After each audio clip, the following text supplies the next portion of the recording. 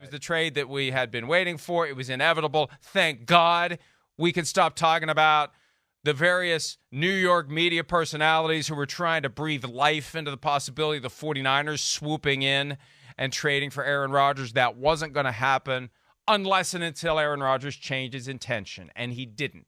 He's not, well, not officially yet, but the deal is in place, agreed to in principle. It's still going to take a few days, but it's got to happen before Thursday because that's one of the flip-flops that happened as part of this trade that will send Aaron Rodgers to the New York Jets. Your first reaction, the first thing that fired through your brain when you saw that it was finally done? I just think I just was literally like, oh, finally. Gosh, they finally figured it out. Man, you know, and I really just kind of wanted to see the compensation right away. I think that's the first thing that fired through my brain. Like, oh, wait. All right, so how did this work out? Who got the first round pick or, the conditional pick? That's, I think, where I was most interested. But excited, too. I mean, come on. It's Aaron Rodgers. It's a guy I made a song about and have sung about for the last 6 or 7 years. And he's coming to the New York Jets here in the tri-state area. I live here. The fan base is excited. I think the fan base of the Jets is as excited as it's been, since the Rex Ryan era, at least there, 2008-9 with the Sanchez run. So, now you add Aaron Rodgers, the special room Hall of Famer with Deion Sanders. I mean, come on. You see here, social media, the team's excited, the fans are excited, we're all excited, everybody. I mean, Dan, that's the kind of thing, Aunt Wendy gets excited, my wife gets excited, everybody's like, holy crap. Even the casual football fan is impressed when Aaron Rodgers comes to town. But what do Giants fans think about this? Surely hardcore Giants fans like it when the Jets stink. They like the fact that the Giants have 4 Super Bowl trophies. The Jets have 1. The Jets even haven't been to the game since 1969. There has to be a rivalry among the fan bases, and I would say the hard-boiled Giants fans like you at some level are thinking, I don't like this. I like keeping little brother down. Well, they're still little brother, I think, to most Giant fans, right? I think that competition is maybe, and I don't want to be just a little more important to the Jets fans than the Giants fans because they feel like little brother there, right? The Giants fans are very content right now up in the area. They're extremely happy. Dayball is the coolest thing to come to town really since Bill Parcells, honestly. I know we had Tom Coughlin. Bono.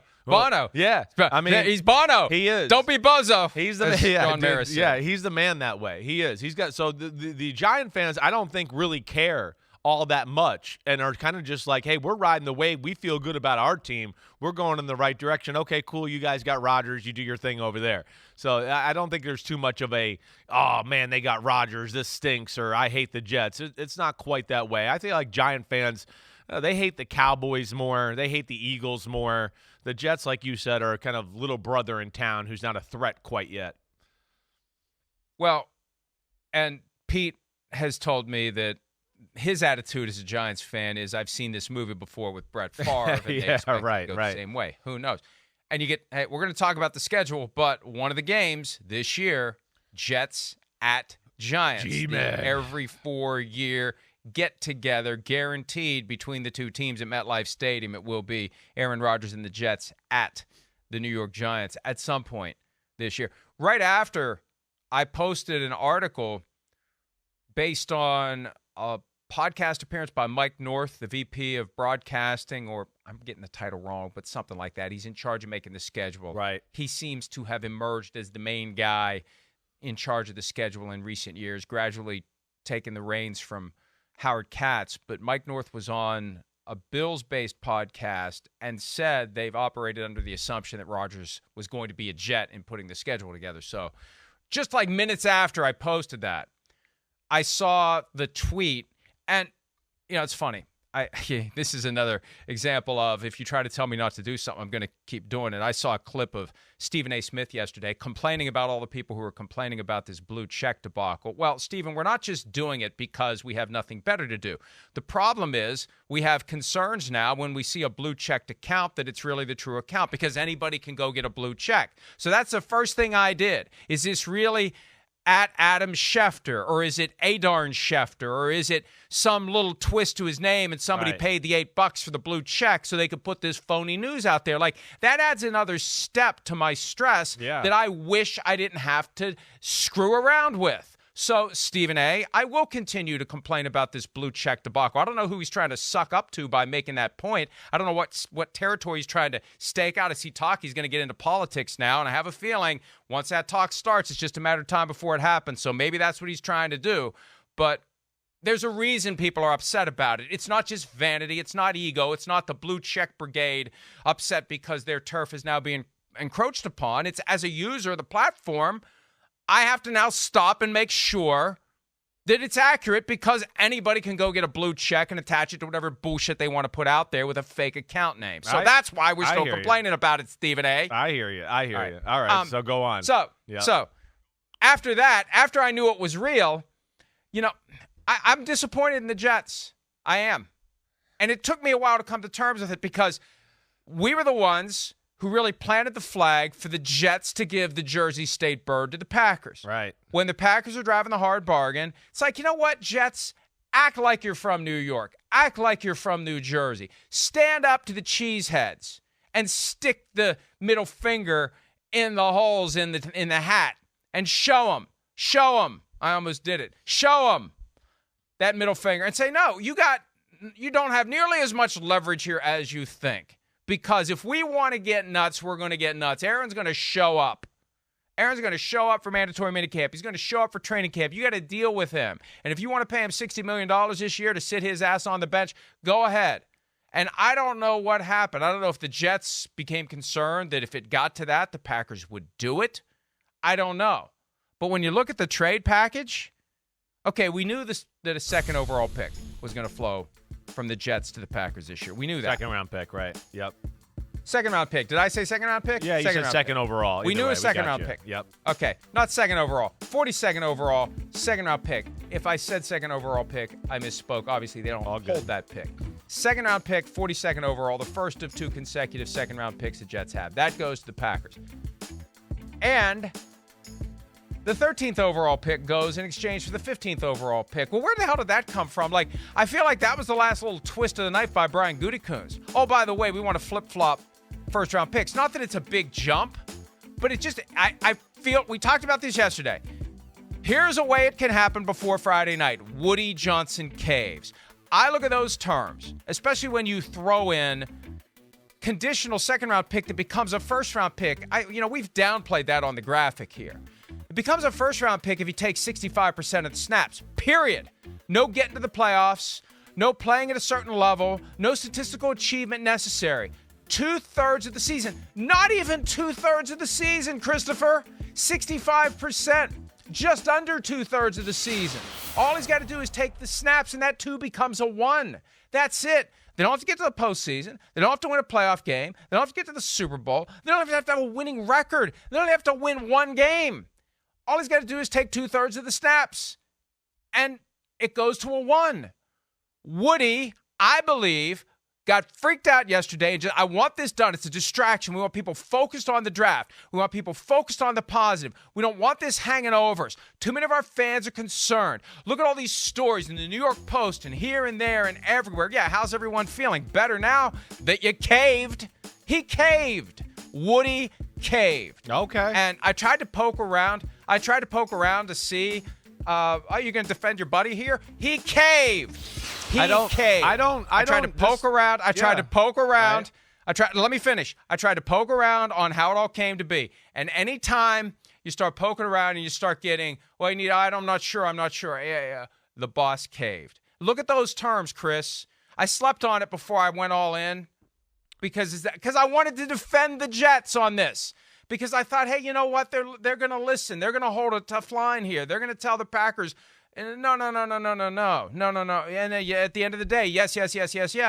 And to me, the kicker was flip-flopping first-round picks in 2023. There was no need for that. There's no need for that at all.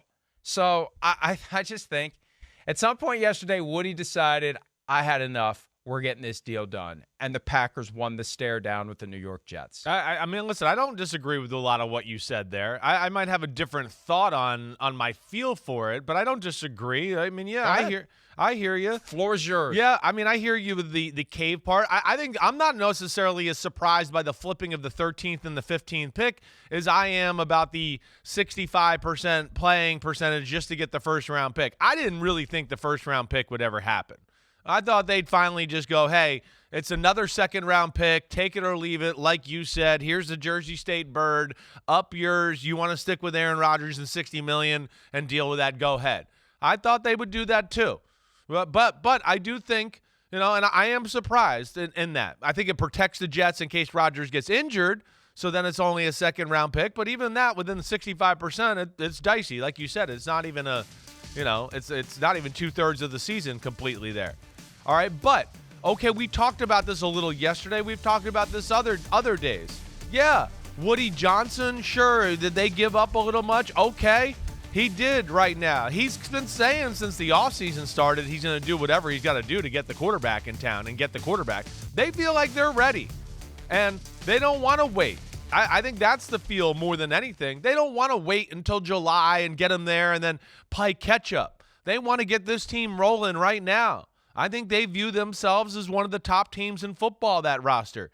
I think, also because of that and the state of their roster and how good it is and how deep it is, I think that's probably where Woody could, convince a Joe Douglas or whatever, hey, we're set up for this price and this guy and what we think we can be with him at quarterback, okay? Go ahead, give him the 65%. It becomes a first rounder. That's, to me, okay. Hey, things got to get done. And back to your point, sometimes the owner's the one that's got to, pull the trigger there and make it happen. Is it a little expensive for my, for me and my liking? Yeah, it is. It is a little expensive, but I get it. And they feel like they're ready and they wanted them and they want them now so they can start to build the team. And I can respect that at least, Mike. On a 65% threshold, based on a 17-game season, that's 11.05 games. Now, we know different games have different offensive snaps, but he could miss, let's say, just keep it simple. Yeah. He could miss 5 games. Right. And probably still meet the 65% minimum. And your season is determined by those 5 games. He suffers an injury that causes him to miss 5 games. He starts 12 games.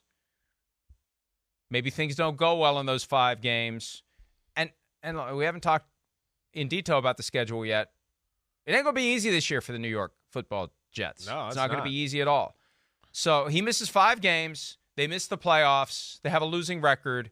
And still the 2 becomes a 1 under this formula. Yeah, I really am surprised. That's worst case, right? And again, I'm sorry. Jets brass, I'm sorry I feel this way, but that's what the terms of the deal point to. Somebody caved yesterday.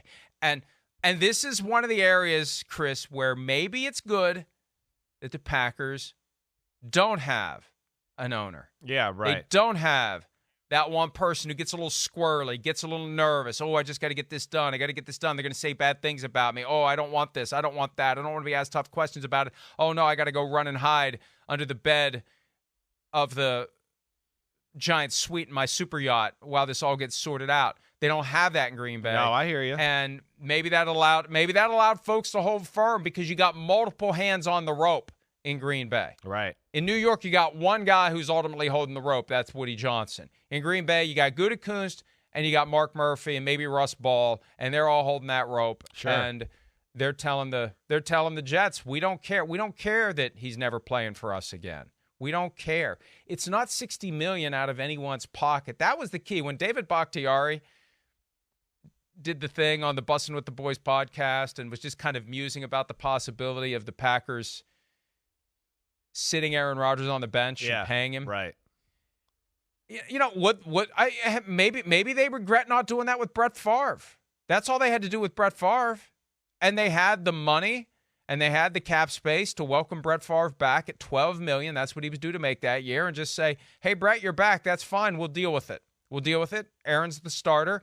You're the backup, and we'll just deal with it. It'll settle down, and everyone will move on, just like it always does. In this age where we all have, as Big Cat calls it, goldfish brains, we'll get used to it. It's like slipping into a hot bathtub. Eventually, you get used to it. Oh, Aaron Rodgers is on the Packers, but he's not playing this year. Okay, off we go. Yeah, off we go. Now, if they struggle, it's a different issue, but off we go. Yeah. And I suspect that one of the reasons why Woody caved is he really believed the Packers were going to do it.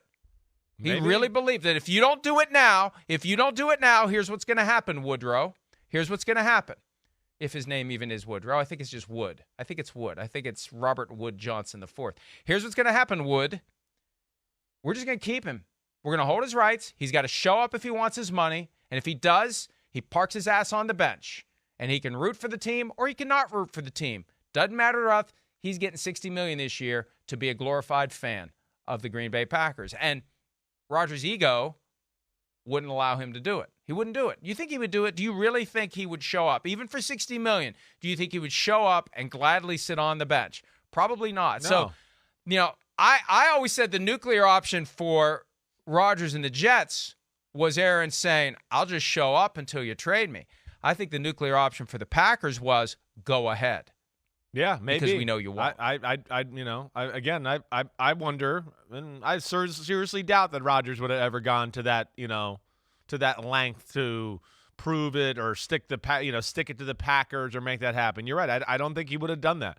I'm still getting over, whoa, he actually is going to change football teams. So that would have been a harsh move. I don't know if he had it in him there to do that. And maybe you're right. I don't disagree. And maybe the fact that there is no owner with Green Bay and, Woody could have no communication there or anything there, that made him nervous too. He just wanted to get it done. But either way, I mean, again, we point out, the ways it can go negative where it's expensive, but let's be fair too.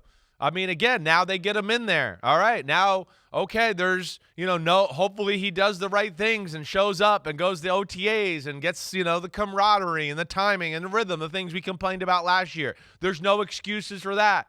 That takes a distraction away from your football team. They're a young football team. They're impressionable, as we saw last year.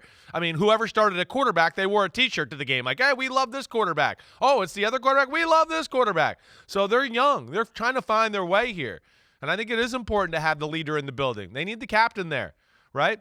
And I think, too, Mike, where I'll just, not that I'm pushing back, but just give the other side of the story. Damn, if they go 12-5 or 13-4 and make the playoffs, and then what if Rodgers goes, I'm coming back? Well, then who gives a crap about that first-round pick? It was worth it, right? It's only if it goes really bad where it's going to look bad. But if it goes good at all, we're all going to go, it actually wasn't that expensive, and so what? All right, it was worth it. They got to the playoffs, and they're still in the playoffs or Super Bowl window here one more year with Rodgers. Then it'll be worth it. But that's where the risk is right now, and that's the risk they're taking, and we'll see where it goes. But either way, Aaron Rodgers is coming to town. Does he want to hang out with me? You think he needs some help finding a house? You think I should help him out or anything? Go ahead and make the offer as long as you invite me to the housewarming party. Go for it. Well, no, I can't do that. Here's the thing, though. Yeah. They're looking at giving up a second-round pick, a fairly high second-round pick. 42 is in the top half of round 2. And especially at 42nd overall in a normal year is 41st overall because there is no 32nd pick in round 1 this year, so round 2 starts earlier, so it's even one step higher than it would normally be. First-round pick next year simply by playing 11.05 games. 2 spots down, 13-15, and that can change everything. The guy that the Jets would have taken at 13 could be snatched by the Packers in that spot now or by somebody else at number 14. And the Jets don't get the guy they would have taken there. That could have a huge impact. Sure. I mean, that is being underplayed. Even though it's only 2 spots, that could have a tremendous impact on the ongoing development of the Jets. And all they may get out of this is 1 season. Now, maybe they've gotten an assurance. And maybe what happened is that the Packers have pissed off Aaron Rodgers enough by screwing around with these trade terms, by driving a hard bargain, by threatening to pay him $60 million to not play this year. I'll gladly take that, to not play this year. But for him, it's a slightly different proposition. But maybe he's so pissed off that he's committed unofficially to playing next year too. It's not as bad of a deal, obviously, if they're going to get 2 years out of it. Because, Chris, the one thing this deal is missing, and it's another reason to criticize it from the Jets' perspective, there's no protection in 2025. Remember we heard about they wanted protection in 25 in case he doesn't play in 24. There's nothing there. There's no provision in the term that gives anything back to the Jets if Rodgers only plays 1 year. I think, now, it's not binding. No. But I think there's maybe some winking and nodding, discussing that's been done, where Rodgers is signing on for 2 years because the Packers were being buttholes. I think so, about too. Yeah. the trade negotiations, and that was just enough to drive him to want to play next year. That's right. I think that helps the cause. The fact that the Packers were such jerks here, I think, does boost the fact that Rodgers will want to stick it to him and go, oh, okay, yeah, it's that pick's not as quite as worthwhile, or we didn't screw over the Jets or whatever else. I think it could light a fire under him that way. I don't know. Again, we don't know with Rodgers. We'll see. But you're right. It doesn't look as bad. Your point about 13 to 15, they might miss out. You're right. There's a chance maybe they miss out on one of the top 3 tackles in the draft if they wanted to go that route.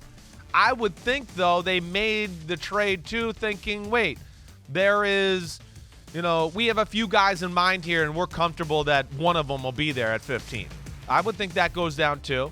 But I think the more glaring thing here, Mike, with the Packers part of this aspect. The Packers wanting to get the 13. The Packers, as we've kind of discussed, and, I know I brought up a few times over the last week, wanting the picks right now. Right? All those signs that we just see there, to me, they show like, ooh, are they going to make a move here and go up 13 to maybe another few spots? Or, they're going to be there can be a major player in the first round now because of how many assets they have. I think that's a very interesting angle here, too, as far as what the Packers might be angling for on Thursday night.